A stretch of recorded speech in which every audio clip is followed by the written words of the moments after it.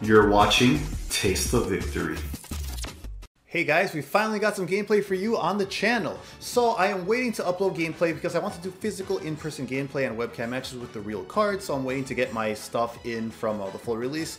But because this is Mastemon, this deck is super expensive. I will never really build Mastemon IRL. Because of that, we are doing tabletop sim gameplay for you today. So this is going to be Mastemon versus X-Antibody, two really hyped up decks in the format. There's a little bit of waning trust in Mastemon after the EU and Oceania regionals, but I think it's still a great deck that if you know how to pilot it, you have to really learn the ins and outs, but once you do, you could really do well with it. And the X-Antibody is a deck that's just like, has an answer to everything if you time your Digivolutions and options right. So these are both very strong decks that people are so excited to try out, and I can't wait to at least have X-Antibody in real life and play with that.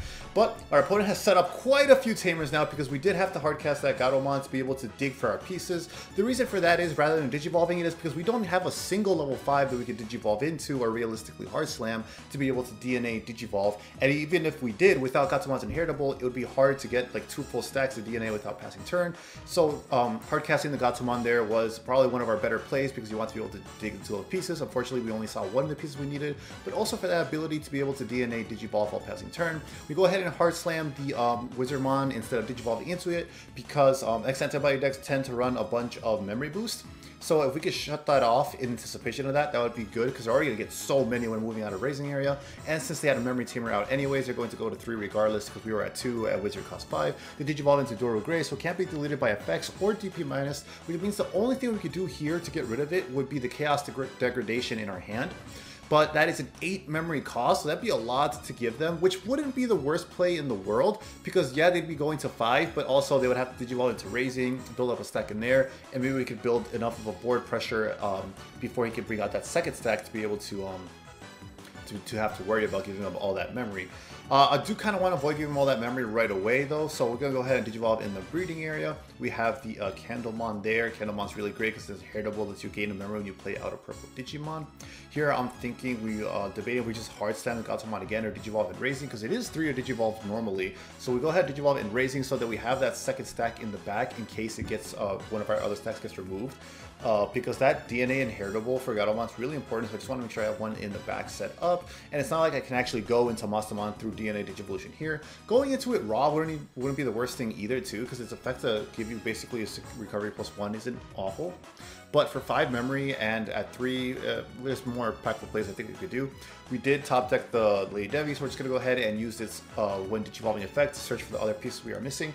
We do finally hit that Magnet Angemon, thankfully, so now we can hard slam that recovery +1 and then DNA digivolve eventually next turn because of the Gatomon inheritable if it survives. However, our opponent does see the Dorogoromon. He digivolved into it and he's taking a look at a stack because it does have, when attacking, you get to put 1 card underneath its stack, and then for every Digivolution source in that Digimon sources, you can delete one of your opponent's Digimon with equal or less than play cost.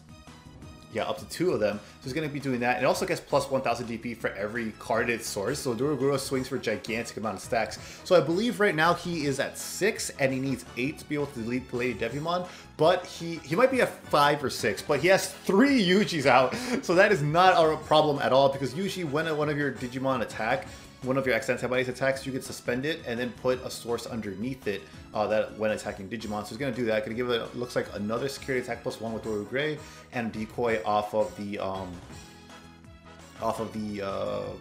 Ryudomon.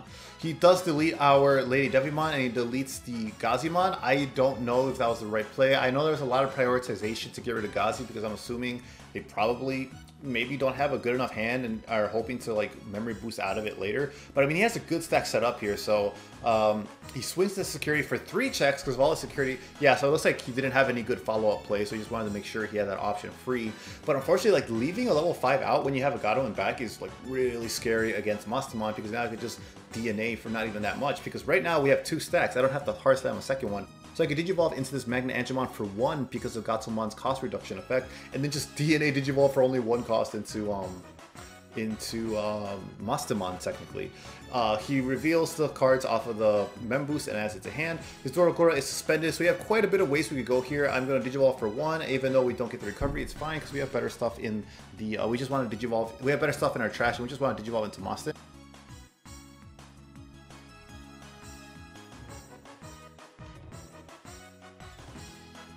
So I end up DNA Digivolving and play out the Lucemon Chaos Mode through its effect. And I end up using Lucemon Chaos Mode's effect to delete the Dorogoromon because Lucemon deletes a level 6 or lower. Mastemon only deletes level of the Digimon you played, and we played a level 5. So I could have alternatively swung over the Dorogoro with Mastemon because it's not like he has protection right now, and he's only 11,000 DP naturally, so Mastemon could have just swung over it. Lucemon could have then deleted his Memory Tamer, and then at the end of the turn's pass, we could have gone into Sword Defeat to be able to delete yet another Tamer, so he gets less value off of the move, out of the move from the breeding area he's about to do next turn. So that probably could have been the better play, just to be able to limit their Tamer options and show how just how much of a board devastation Mastemon can be. But I wanted to start chipping away at security because we are a bit of a deficit here, so I just went ahead and destroyed the Dorogoro since it doesn't have protection because of Lucemon's effect. And since it's destroyed by that, Mastemon is freed up to swing at security instead. Unfortunately, we don't have the security attack +1 inheritable off of the starter deck Angemon. Angemon from booster set 1.0 only gives it like +1 security for every 3 we have, so it didn't even get the boost. But to pass, we're gonna pass the Gazi since he has the memory boost there. I don't want him to be able to go into like insane 8 levels of memory and be able to get a whole mega stack and just blow me up. So I hard played the Gazi there, and then to pass turn, I went into the Sword Defeat to delete his Memory Tamer, and then he pushes out, so he does get to draw 2, and he does get to gain memory off of that. So the fear here is, the only thing we are really fearing is double Grumblemon, and he did draw a lot off of those, so there is a little bit of scariness there that he might be able to double Grumble me for game. He swings with the Dorumon, gets deleted because Amase swings with Grumblemon, and he hits the Gatsomon. So thankfully, well, yeah, his entire board is cleared, so in case that another turn does open up here. So he plays the Ryudomon, that tells me he doesn't have it, but Grumblemon is an X-Antibody, so that could get him lethal here, because he couldn't even get lethal here because the Gazi is on field, so he could not delay that memory boost. So he wouldn't be able to delay it for the extra memory, but he's digging for another one, hoping to see the Grumblemon, and unfortunately no Grumblemon again. It's so unfortunate. Like, you went through so much of the deck, so maybe like the whole, because I can't potentially, I think I actually probably can close out game from here because of Master's effect and with all the memory we have for memory. But if there is another one, like, I think at that point you're so close that you have to be so close to top decking the Grumblemon. But I'm just taking a look at all my inheritables here to make sure I have no effects that I miss, gain memory and all that stuff. Gonna go ahead and swing at security with Sword Defeat. We hit the Hisiarumon, so not too worried about that there. We beat over that easily. Lucemon Chaos Mode is a 12k level 5, so he's gonna swing there. Another black memory boost, so this Gazimon is paying dividends right now. That's amazing. And now I'm just thinking, what can I do to buy another turn here? I don't have blocker. I can't really DNA Digivolve again here. There's no Gatomon inheritable on the field. So considering all the memory you have, won't give him too much to play. Considering all the memory we have, it wouldn't be too costly to play a reinforced memory boost. So I'm going to go ahead and do that. So at the very least, because he can't push out a Raising, so even if he does top deck the Grumblemon, he wouldn't be able to swing for lethal that turn. He scoops because he still hasn't seen the Grumblemon somehow, and wow, yeah, there's the reason why, because the Grumblemon was in the security this entire time.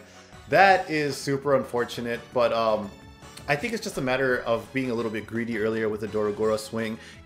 But I guess even if it did have the reboot, maybe they thought it had a reboot, but even if it did have it, like I did, I could have just popped it with the Lucemon Chaos Mode. This deck has a lot of ways to get around your Digimon if you're not seeing the Breath of the Gods early enough, unfortunately. It's a really versatile deck. That's the cool thing. Like, you can really control your opponent's board, and you can also still apply pressure if you see the starter deck Angemon. Unfortunately, like, Mastemon is a very piece-reliant deck, so there is that problem with no lack of mulligans now for regionals. But I think, like, once you get used to it, your line of plays and your deck building, and once you find a build that's really good for you, you'll really get a hold of Mastemon and be seeing some good results for it. But that's going to be the duel. This was a really fun one. I hope you guys enjoyed it. Let me know what you would like to see next, and I'll see you in the next video. Hopefully, with the next gameplay video, will be in-person physical cards, at the very least over webcam. I'll see you next time, and until then, remember to stay hungry until you get a taste of victory.